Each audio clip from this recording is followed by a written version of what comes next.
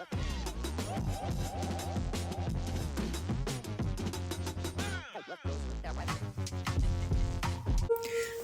Guys, welcome to our YouTube channel the mindful minimalist. ഈ video ഞാൻ കഴിഞ്ഞ ദിവസം ഡ്യൂട്ടി കഴിഞ്ഞ് വന്നപ്പോൾ ഷൂട്ട് ചെയ്തതാണ് കേട്ടോ. ഞാൻ താഴെ എത്തിയപ്പം ചേട്ടായി മുകളിൽ നിന്ന് പ്രാക്ടീസ് ചെയ്യുന്നത് കേൾക്കാം.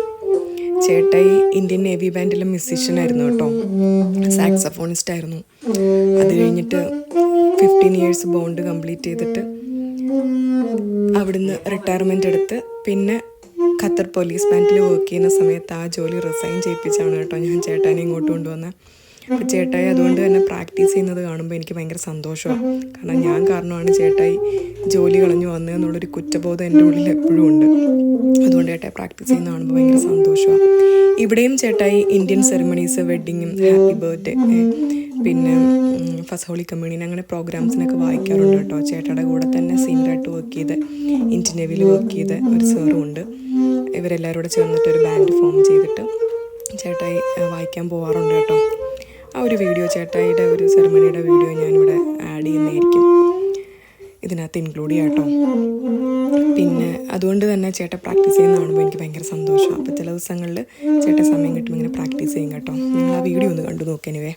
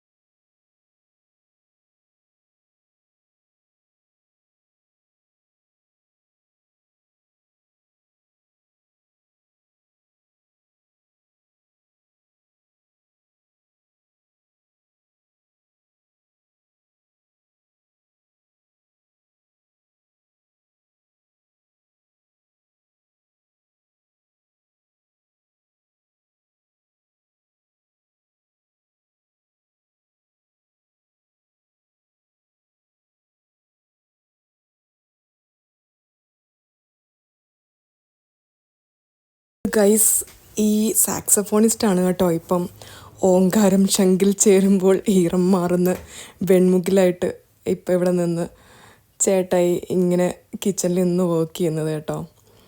പക്ഷേ അതിനൊന്നും ഇപ്പോൾ ഒരു കാര്യമില്ല. കാരണം ദാമ്പത്യ ജീവിതത്തിൽ ഭാര്യയ്ക്കും ഭർത്താവിനും തുല്യ പങ്കാളിത്തമാണല്ലോ ഉള്ളത്.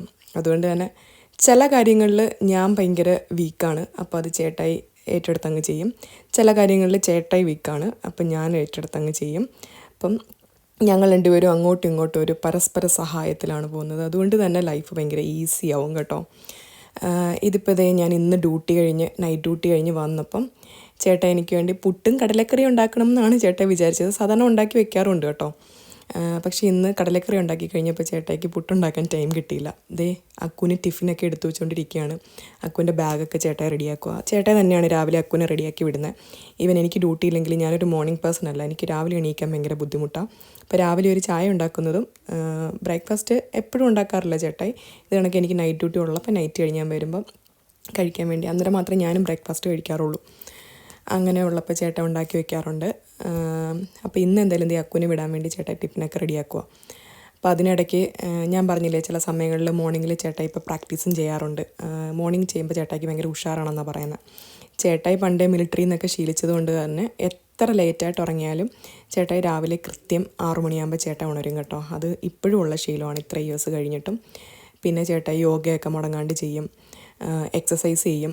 മുമ്പൊക്കെ നടക്കാനും, ഇവിടെ വന്നതിന് ശേഷവും നടക്കാനൊക്കെ പോകുമായിരുന്നു.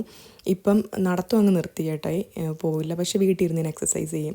അക്കുവിനോടൊരു ഹായ് പറയാൻ പറഞ്ഞപ്പോൾ അക്കു ഹായ് പറയുകയാണ് കേട്ടോ. അക്കു പോകാൻ റെഡിയായിട്ട് നിൽക്കുകയാണ്. ഞാൻ ഫുഡ് അടിച്ചുകൊണ്ടിരിക്കുകയാണ് അവിടെ. സിയാപ്പി അവിടെയൊക്കെ കറങ്ങി നടപ്പുണ്ട്. അക്കുവിന് പോകേണ്ട ദിവസം സിയാനെ നേരത്തെ ഉണർത്തും. കാരണം അവളെ ഒറ്റയ്ക്ക് ബെഡിൽ കിടത്തി കഴിഞ്ഞാൽ അവൾ താഴെ വീഴുമെന്ന് ഞങ്ങൾക്ക് പേടിയാണ്.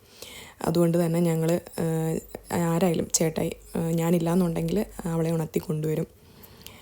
ഇതേണ്ടേ അവൾക്കൊരു ശീലമാണ് ചേട്ടൻ ശീലിപ്പിച്ച് വെച്ചിരിക്കുന്നത്. എന്തുണ്ടെങ്കിലും ഈ ടിഷ്യൂ എടുത്ത് വെച്ച് ഫേസ്, അപ്പോൾ ഒരു ആവശ്യമില്ലെങ്കിലും അതിങ്ങനെ തുടച്ചു നടക്കും.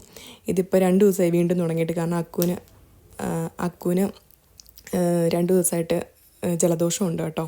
അപ്പോൾ അത് കാരണം അക്കു എപ്പോഴും ഒരു ടിഷ്യൂ കൊണ്ടിങ്ങനെ തുടച്ച് നടക്കുന്ന കാരണം അവളും എപ്പോഴും ചോദിക്കും. അക്കു ഇറങ്ങാൻ പോവാണ്. ഇറങ്ങാൻ നിന്നപ്പോഴാണ് അക്കുവിന് ഇനി 7 വീക്സ് കണ്ടിന്യൂസ് സ്വിമ്മിങ് ട്രെയിനിങ് ഉണ്ട് കേട്ടോ സ്കൂളിൽ. അപ്പോൾ അതിൻ്റെ സ്വിമ്മിങ് സൂട്ടും എല്ലാം റെഡിയാക്കി ഞങ്ങൾ വെച്ചിരിക്കുമായിരുന്നു. എന്നിട്ട് അവനെ എടുക്കാൻ മറന്നിട്ട് ചേട്ടായി റിമൈൻഡ് ചെയ്യിക്കുക. അങ്ങനെ അവൻ വീണ്ടും പോയി എടുത്തിട്ട് വരുവാണത്. അവൻ ഇറങ്ങുവാണ്. 9:10 അക്കുവിൻ്റെ ക്ലാസ് തുടങ്ങുന്നത്.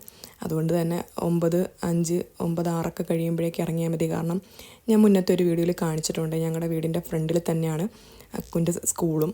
അക്കു സ്കൂൾ ഗ്രൗണ്ടിലോട്ട് കയറുന്നത് ഞങ്ങൾക്ക് വീട്ടിൽ നിന്ന് കാണാൻ പറ്റും. അപ്പോൾ അതുകൊണ്ട് തന്നെ 9:10 ക്ലാസ്സിന് അക്കു ഒരു 9:07, 9:08 ആകുമ്പോഴേ ഇറങ്ങുള്ളൂ. 2 മിനിറ്റ് പോലും വേണ്ട. ഇതേണ്ട ചേട്ടായി എടുത്ത് ഞാൻ പറഞ്ഞു, അതൊന്ന് വീഡിയോ എടുക്കാൻ പറഞ്ഞു. അങ്ങനെ ചേട്ടായി എടുത്തുകൊണ്ടിരിക്കുകയാണ് കേട്ടോ. ഇതേ ഫ്രണ്ടിൽ കാണുന്ന ചേർച്ച്. അത് കഴിഞ്ഞിട്ട് കാണുന്ന ഒരു മതിൽ കണ്ടില്ലേ, അവിടെ ഒരു ബ്ലൂ കളറിലെ ഒരു ബോർഡ് വെച്ചിട്ടുണ്ട്. അതാണ് അക്കുവിൻ്റെ സ്കൂൾ. ഇതേ അവൻ ഓടിപ്പോകുന്നത് നമുക്ക് കാണാം. അക്കുവിൻ്റെ സ്കൂളിൻ്റെ എംബ്ലമാണ് ആ ബ്ലൂ കളറിൽ കാണുന്നത്. സ്കോയിൽ ക്രീൻ അയോഫ എന്നാണ് സ്കൂളിൻ്റെ പേര്. അത് കഴിഞ്ഞിട്ട് അക്കു പോയിക്കഴിഞ്ഞ് പിന്നെ സിയാപ്പിയുടെ കുറച്ച് ആക്ഷൻസൊക്കെ കണ്ടുകൊണ്ടിരിക്കുകയാണ് കേട്ടോ. ആ ടിഷ്യൂ എടുത്ത് തുടയ്ക്കുന്നതും. സിയ സംസാരിച്ച് തുടങ്ങിയിട്ടില്ല, പക്ഷേ എന്നാലും അവൾക്ക് എല്ലാ കാര്യങ്ങളും മനസ്സിലാവുന്നുണ്ട്. നമ്മൾ പറയുന്നതൊക്കെ മനസ്സിലാവുന്നുണ്ട്. അതൊക്കെ ചെയ്ത് കാണിക്കാറുണ്ട്. പിന്നെ അവളുടേതായ ഭാഷയിൽ എന്തൊക്കെയോ സംസാരിക്കുന്നുണ്ട്, ലിപിയില്ലാത്ത ഏതോ ഒരു ഭാഷ. അപ്പം അതിനി സംസാരമായിട്ട് വരാൻ കുറച്ച് സമയം എടുക്കുമായിരിക്കും. ഈവൻ 1 വയസ്സും 4 മാസവും ആയിട്ടുള്ളൂ. അപ്പോൾ സംസാരിക്കും. ഉടനെ തന്നെ അത് ഉണ്ടാകുമെന്ന് ഞങ്ങൾ പ്രതീക്ഷിക്കുന്നു. എല്ലാം അറിയാം. അതാണ് പറഞ്ഞത്. ചേട്ടൻ ബിന്നിൽ അത് കളയാൻ പറഞ്ഞപ്പോൾ അത് ഓടിപ്പോയി ടിഷ്യൂ എടുത്ത് കളയാണ്. അപ്പോൾ കണ്ടടാ എൻ്റെ ഒരു മുടി അവിടെ അതിൻ്റെ പുറത്ത് വീണ് കിടക്കുന്നു. അതും കൂടി എടുത്ത് അവൾ ബിന്നിലേക്ക് കളയുകയാണ് കേട്ടോ. ചേട്ടയാണ് കേട്ടോ ഇതെല്ലാം ട്രെയിൻ ചെയ്ത് വെപ്പിക്കുന്നത്. അവളെ എല്ലാ കാര്യങ്ങളും ഉമ്മ എന്ന് പറഞ്ഞാൽ ഉമ്മ തരും. പിന്നെ അത്യാവശ്യം എല്ലാ കാര്യങ്ങളും ചേട്ടയെ പഠിപ്പിച്ചത്. ആക്ഷൻസും ഡാൻസും ചേട്ടൻ യോഗയൊക്കെ ചെയ്യുമ്പോഴത്തേന് അതിൻ്റെ കൂടെ പോയിരുന്ന് ചെയ്തിട്ട് അതുമൊക്കെ ഇടയ്ക്ക് ചെയ്ത് കാണിക്കുന്നതാണ്. നമ്മളെ ആ പോസ്റ്ററൊക്കെ കാണിച്ചു തരും. പിന്നെ ചേട്ടായി ഇട്ട് വയ്ക്കുന്നൊരു ചായ, ഞാൻ വീട്ടിലുള്ള ദിവസം ചായ കുടിക്കാറുണ്ട് കേട്ടോ. അല്ലെങ്കിൽ ചായ മസ്റ്റായിട്ടുള്ള ഒരാളല്ല ഞാൻ. എനിക്കങ്ങനെ നിർബന്ധമൊന്നുമില്ല. ഡ്യൂട്ടിക്ക് പോകുമ്പോഴും 1-2 കോഫിയാണ് കുടിക്കാറ്. അല്ലാതെ രാവിലെ ബെഡ് കോഫി വേണം അങ്ങനെ നിർബന്ധമൊന്നുമുള്ള ഒരാളല്ല ഞാൻ. അവിടെ എന്തൊക്കെയോ പരിപാടികളൊക്കെ തുടങ്ങിയിട്ടുണ്ട്. ഇനിയിപ്പം ഞാൻ വിളിച്ചപ്പോൾ ഇങ്ങോട്ട് വരുവാണ്. ഈ വരുന്നതിനൊരു ഉദ്ദേശമുണ്ട്. എൻ്റെ പൊട്ടെടുക്കാൻ വേണ്ടിയിട്ടാണ് വരുന്നത്. കാണിക്കുന്നുണ്ടോ? അവളുടെ ഒരു ശീലമാണ്. അതായത് എൻ്റെ നെറ്റിലിരിക്കുന്ന പൊട്ട് അവൾക്ക് കൊടുക്കണം. എപ്പം ഞാൻ ഡ്യൂട്ടി കഴിഞ്ഞ് വന്നാലും ഞാൻ പൊട്ടൊക്കെ വെച്ചിട്ടാണ്. നമ്മളൊരു ഇന്ത്യൻ ലേഡിയായിട്ടാണ് കേട്ടോ ഞാൻ ഡ്യൂട്ടിക്ക് പോകാറ്. എനിക്ക് ഭയങ്കര ഇഷ്ടമാണത്. സ്റ്റില്ല് എനിക്ക് എന്ത് ചെയ്തില്ലെങ്കിലും പൊട്ട് വയ്ക്കണം എന്നുള്ളത് ഭയങ്കര ഇഷ്ടമുള്ളൊരു കാര്യമാണ്. അങ്ങനെ ആ പൊട്ട് എന്നും എൻ്റെ അടുത്തുനിന്ന് മേടിക്കും, എന്നിട്ട് കൊണ്ടുപോയി കളയും. ഇതാണ് ഇവളുടെ പരിപാടി. അപ്പോൾ ഗൈസ്, ഇതൊക്കെയാണ് ഞങ്ങളുടെ വിശേഷങ്ങൾ.